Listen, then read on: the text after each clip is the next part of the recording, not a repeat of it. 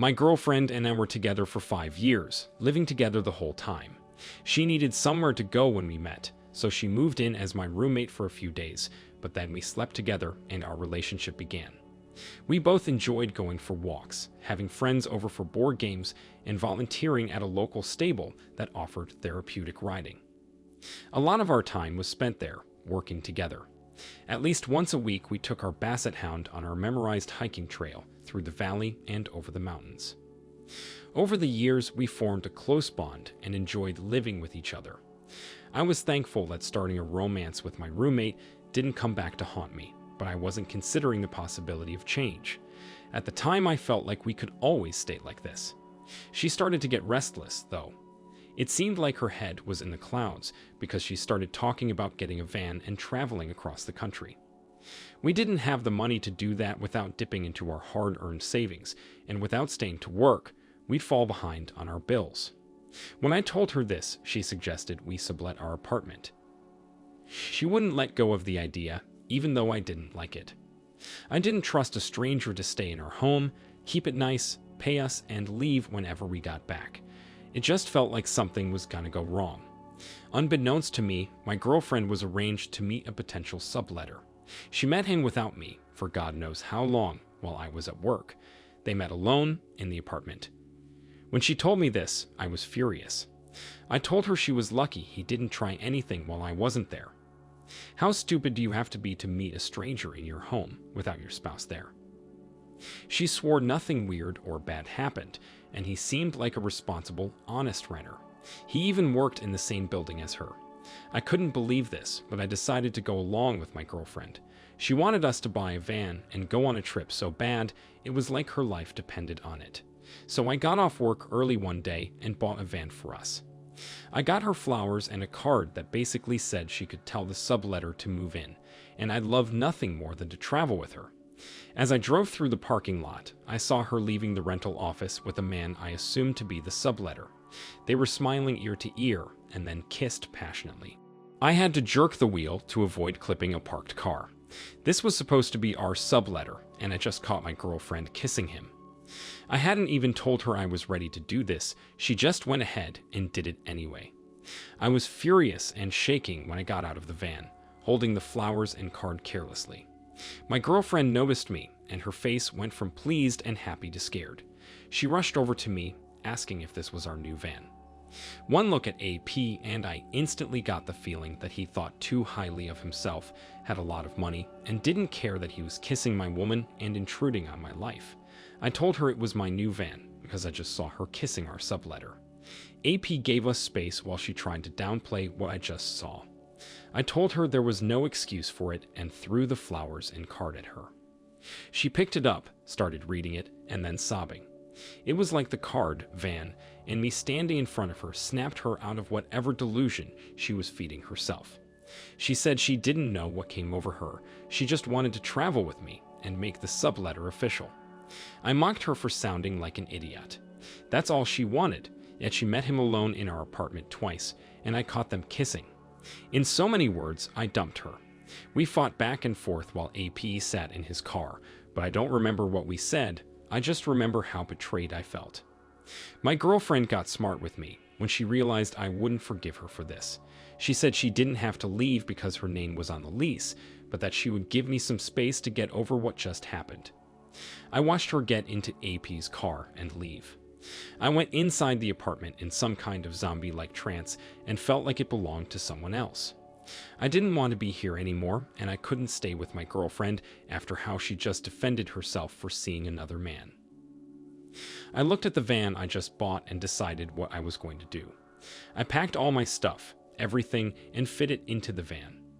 I divided it into my essentials, stuff to sell and stuff to keep. I put my apartment key under the mat, carried my basset hound to the van, and left. 2 weeks later, I remembered my ex saying that AP worked in the same building as her. It wasn't hard to find the information I needed and send an email to my ex's boss. She replied less than a week later, thanking me for bringing this violation of company policy to her attention. AP and my ex were fired for dating in the workplace. She tries calling me and texting me pitiful cheater words, but I know she was just one of the many people I'm destined to meet. She wasn't even mad at me for getting her fired, she just wanted me to come home. As much as her betrayal hurt, she was the one that encouraged me to buy the van and travel. I hope anybody reading my story doesn't let anyone or anything hold you back from being happy or content with life. OP, seems like your girlfriend started this whole thing because she was restless and obviously going through something, but she never tried to talk to you about the root of her problems. Maybe you both could have had the opportunity to repair the relationship if she would have had a little self-control, respect, and patience until you guys got out on the road. As devastating as this was, she proved that she could not control herself or be the woman you needed her to be. Talking things out could have been the way to save this relationship, but it takes two mature people to do that. Starting a secret relationship to fix whatever you're feeling is not the way to resolve issues. The best thing anyone can do is talk to their spouse honestly, the person they should count on more than anyone else. I wish you all the best and hope you can recover from this. Now let's get into our second story for today. My wife, 35 female, and I, 38 male, were married for 3 years. Our marriage was greatly influenced by our parents. Her parents were desperate for grandchildren, so seeing as she was their only child and she never had a long-term boyfriend, they took matters into their own hands. They knew my parents from church, and my parents were also growing impatient with me. I hadn't had a girlfriend for longer than a year, and I'd never considered having children with anyone. My parents were getting old, watching the clock tick by when they were approached by my future in-laws. The four of them arranged a blind date for us. She was pretty heavy-set, but I wasn't one to judge based on appearances. It was pretty clear that she had self-confidence issues and didn't expect to get married. She was brutally honest on our first date and didn't bother trying to hide who she was. I admired her for that. She actually shared a lot of the same opinions and beliefs as me. I started to wonder if all either of us needed was a partner to go through life with. I asked her what she'd want to do together if we started seeing each other. She said she loved to paint, so that became our hobby together. Just a month later, our parents planned our wedding. Our relationship wasn't bad, but I hardly knew her, so I guess I should have stopped it. I just wanted to make everyone else happy. I made it my personal goal to build my wife's confidence and better our lives together. I wasn't in shape either, so I thought it would be great for us to start active hobbies together. We bought bikes, but she only went on a couple rides with me before making excuses every time. She said her knees hurt. We started walking around our neighborhood, but she got sunburned once, so she stopped going out on sunny days. 3 years later, we were still together. I could tell that we both changed, in some good ways, but I admit, I could only handle a few hours at a time with her before I started to feel weird. She made me feel like what I said was a waste of time, and whatever I suggested we do together was lame. When she told me she was joining a yoga class, I was skeptical. She said it was the perfect way for her to get in shape. I asked if I could do it with her, and she hesitated before saying no. She wanted this to be her time to think and work on herself. I arranged for a friend of mine to wait in our neighborhood for my wife to leave so he could follow her. He called me when they got to a cafe. My wife was meeting a man over coffee. From what he could tell, it seemed like this was their first date. I was nauseous. What I worried about for so long was becoming reality. This whole marriage was a terrible idea. I decided not to confront her that night. My friend sent me a picture of them sitting at a table. I just plugged in my phone and went to sleep. 4 days later, I told my wife I was going to work at the same time as her yoga class, but I just parked my car down the street to get into my friend's car. We followed her at a distance until she got to the bowling alley. She greeted AP with a kiss on the lips. I was shocked to see her this way. She was wearing a flirty dress, and I could tell she had gained confidence since we first met, probably because of my emotional support and love. Yet here she was, using her newfound confidence to kiss and date another man. My friend and I jumped out of the car to confront them. She stopped kissing him and turned her head to see me. She started hyperventilating and got defensive as she accused me of following her. I think she was just extremely remorseful and embarrassed. I think our marriage meant more to her than she cared to admit, because it would have made the moment unbearably painful. I just told her she was cheating on me, so we were over. It sounded weird because I couldn't think straight. She just went inside with AP and got in line to get bowling shoes. She was trying to make it seem like nothing happened. That's when I got angry. I trusted her and accepted her as my wife, even though I was scared I'd get my heart broken, and now she was pretending she didn't do anything wrong. My friend and I started a game in the bowling lane beside theirs.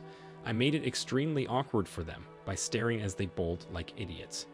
I couldn't decide what to do, so I just did the first thing that came to mind.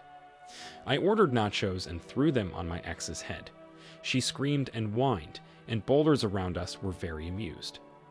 AP told my nacho-covered ex that he was going to see other people and left.